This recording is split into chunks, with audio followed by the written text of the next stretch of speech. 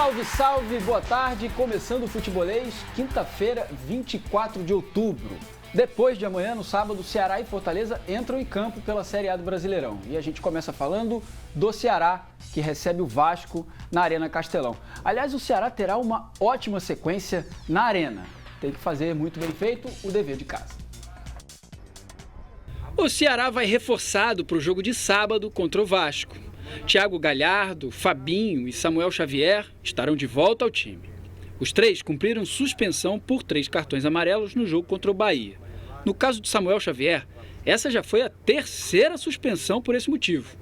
O lateral alvinegro tem reclamado muito com a arbitragem nos jogos e ele sabe que precisa se controlar mais para isso não acontecer de novo. Eu peço desculpa, aos torcedores, peço desculpa ao grupo, diretoria, porque todo mundo me conhece, sabe que eu não sou desse jeito, mas é uma vontade de vencer, de ganhar e acaba explodindo, cabeça quente, mas eu preciso ter esse autocontrole, Mas essa semana acabei ficando fora desse jogo do Bahia, pensei muito sobre isso, conversando com amigos, conversando com minha família bastante, sendo orientado por pessoas que gostam de mim e ouvindo, O ser humano, o mais importante é você não errar, mas se você errar, o mais importante é você reconhecer esse erro, assumir, e procurar uma mudança. Depois de 2 jogos fora de casa, derrota para o Santos e vitória contra o Bahia, o Ceará volta a jogar na Arena Castelão.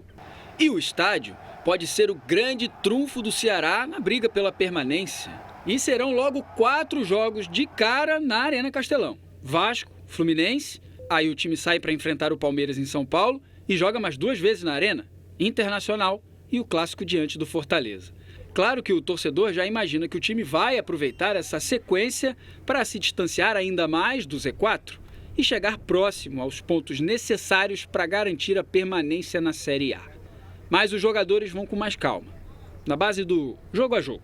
A gente tem que pensar jogo a jogo, independente se é dentro de casa, se tem 7 jogos aqui na nossa cidade, então a gente não pode fazer essas contas. O Vasco vem embalado, o time carioca vive o melhor momento no campeonato, não perde há 4 jogos e venceu os últimos 3. Vamos pegar o Vasco, buscar esses 3 pontos, um jogo muito difícil. O Vasco vem fazendo um bom campeonato brasileiro, o professor Luxemburgo acertou muito bem a equipe, então vai ser um jogo muito difícil no Castelão, então vamos focar somente no Vasco. Bom, o Bahia também vivia a grande fase e o Ceará foi lá dentro e venceu. Claro que cada jogo tem sua história, mas o alvinegro sabe que tem a faca e o queijo na mão para conseguir a vitória, sobretudo porque vai ter reforços daqueles que estão voltando de suspensão. Muito bem, vamos para esse sofá maravilhoso aqui do estúdio do Futebolês. Beleza, Caio? Beleza, Trovatura e Paz. Bom, vamos começar falando aí sobre esse confronto do Ceará com o Vasco. O Vasco vive esse grande momento na competição. O Ceará vai chegar, no mínimo, muito empolgado e com confiança por causa da excelente vitória contra o Bahia. Só para ser um grande jogo público. O Vasco vive um momento tão bom na competição que quando virasse o turno, a gente imaginava que isso ia ser, de fato, um confronto direto de 2 times brigando na parte de baixo da tabela. O Vasco está com 5 pontos de frente para o Ceará, então nesse momento é um confronto de aproximação, não é bem um confronto direto. E o próprio Vasco olha a partida daquelas que, se ele não ganhar, se ele empatar, ele mantém um Ceará a 5 pontos de distância, uma situação de 1 rodada e meia, vamos falar assim, de vantagem. Então, não acredito num Vasco se expondo demais contra o Ceará não, sabe?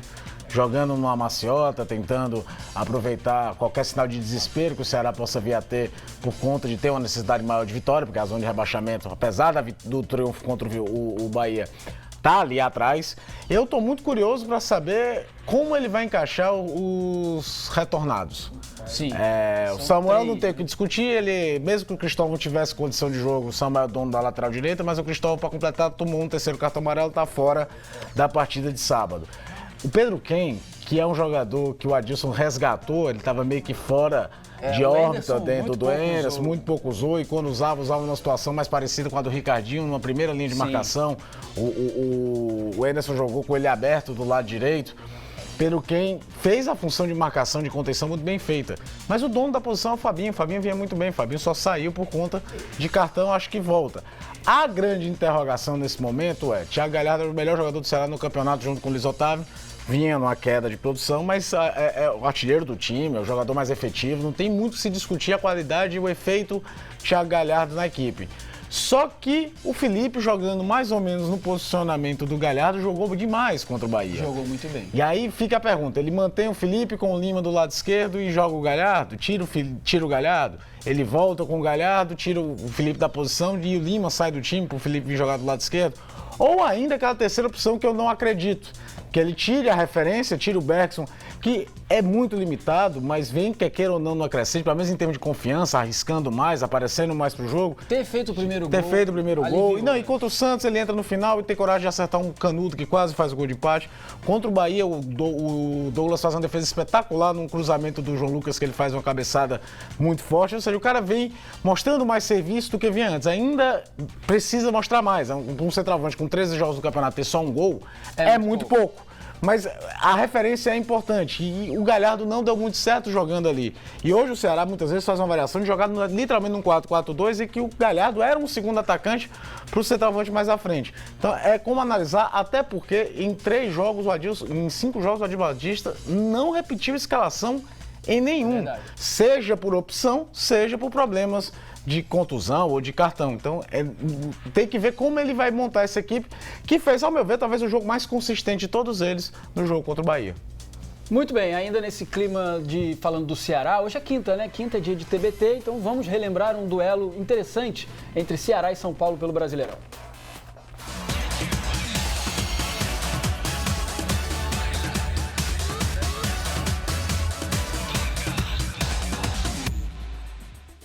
24 de outubro de 2010, dia de Ceará e São Paulo no Castelão, com direito a homenagens ao Rei Pelé e debaixo de um sol daqueles, de rachar. A torcida do tricolor paulista apostava num ex-jogador do Ferroviário. Sempre um prazer jogar no Ceará, um lugar onde Deus me abençoou bastante. Eu fico muito feliz de estar aqui mais uma vez. Mas o apoio da torcida tricolor não foi suficiente para ajudar o time, nem mesmo a experiência de Fernandinho, que já atuou aqui no estado e conhecia muito bem esse calorão todo. O Ceará dominou a partida inteira e definiu o jogo ainda no primeiro tempo. O Vicente foi pela linha de fundo e cruzou para Magno Alves estar firme, certeiro, 1-0. O segundo gol foi uma pintura de um artista improvável. O zagueiro Diego Sacomã. Que golaço!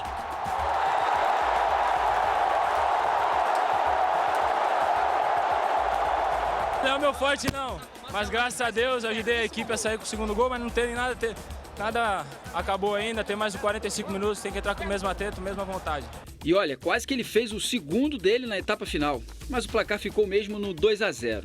Suficiente para enlouquecer os quase 50 mil alvinegros que vibraram no Castelão e que foi literalmente um caldeirão naquele 24 de outubro de 2010.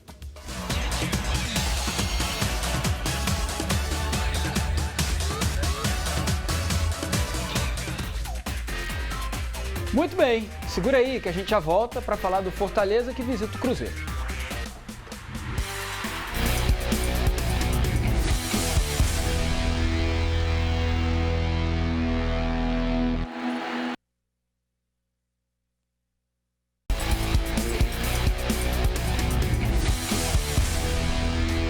Estamos de volta. O Fortaleza vai a BH enfrentar o Cruzeiro. Reencontro de Rogério Ceni com o time mineiro.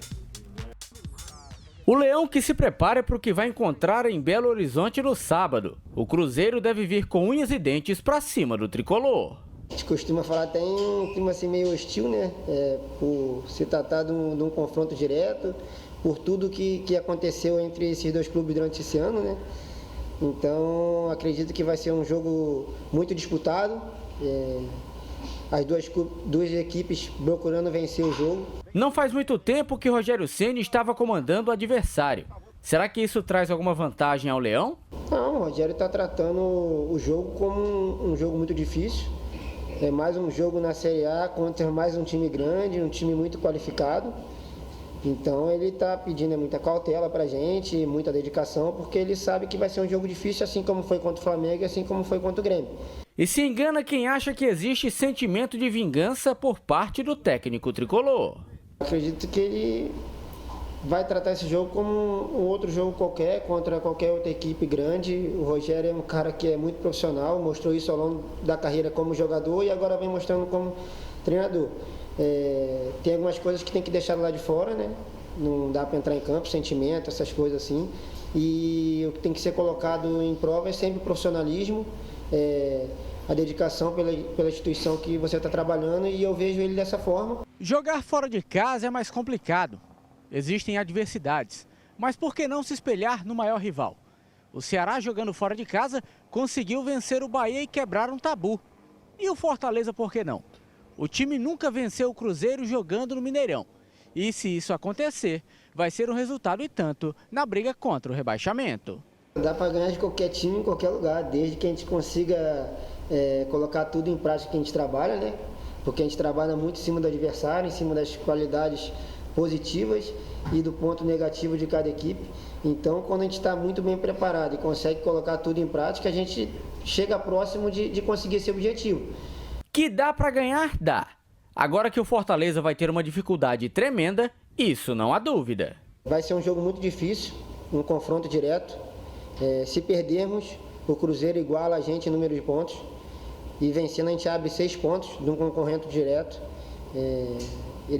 Tenho certeza que a torcida deles vão estar apoiando eles durante os 90 minutos. Devem estar entendendo a importância do jogo. Como diz um clichê, um verdadeiro jogo de 6 pontos. Um jogo de 6 pontos. Fortaleza também vai enfrentar um time embalado. O Cruzeiro vem de 2 vitórias, uma fora de casa contra o Corinthians. Uma vitória contra o São Paulo, que tradicionalmente o Cruzeiro não consegue. É uma freguesia quase que histórica do Campeonato Brasileiro desde 71. E depois uma vitória contra o Corinthians, direito a um gol bizarríssimo, né? Que a bandeira levantou, todo mundo parou e o cara fez o gol. O zagueiro parado daquele jeito é lamentável. Mostra bem o momento do Corinthians. Agora, 2 jogos em que, se o Cruzeiro não convenceu que vive uma grande sessão técnica, botou ele de volta na briga com força e tem todo o peso da camisa do Cruzeiro nessa equação. Repito o que eu vou dizendo durante a semana. É claro que o melhor dos mundos é você ir lá vencer o Cruzeiro. Abriria do Cruzeiro uma vantagem muito grande também. Jogava um rival mais embaixo. Todo aquele clichê que a gente sabe indo e voltando. Mas é o tipo da partida que você não precisa tomar riscos desnecessários. Porque o empate mantém o Cruzeiro abaixo, faltando uma rodada a menos, sem ter o confronto direto. Então, quem tem a obrigação de se expor, de ser o time que vai se arriscar, de jogar meio que, entre aspas, por tudo ou nada, é o Cruzeiro, essa prerrogativa é do Cruzeiro. O Fortaleza tem que fazer um jogo de muita inteligência, é um time que a gente sabe bem, trabalha tanto legal com a posse de bola, mas é meio que calcado para sair em transição e velocidade, que esse quarteto ofensivo de transição que o Rogério gosta de usar. Tem um atleta que eu gostaria de ver mais vezes, até porque o Edinho não vive lá um grande momento, é o Felipe Pires. Eu comentei ontem aqui com o José, Trovão. Felipe Pires talvez tenha sido a única herança positiva do Zé Ricardo no Fortaleza.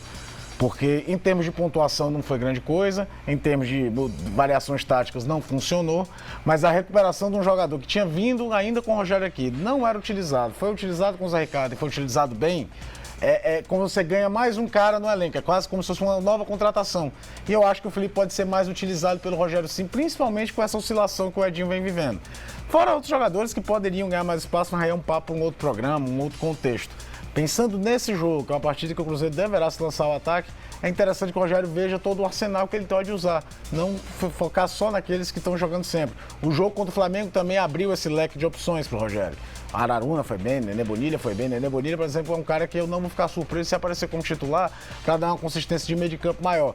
E tudo isso se tratando de Rogério Ceni, que é um cara que você nunca pode cravar qual é a escalação do time antes da bola rolar. Sobretudo, o jogo contra o Flamengo foi um ótimo exemplo total disso, né? Mudou quase todo mundo.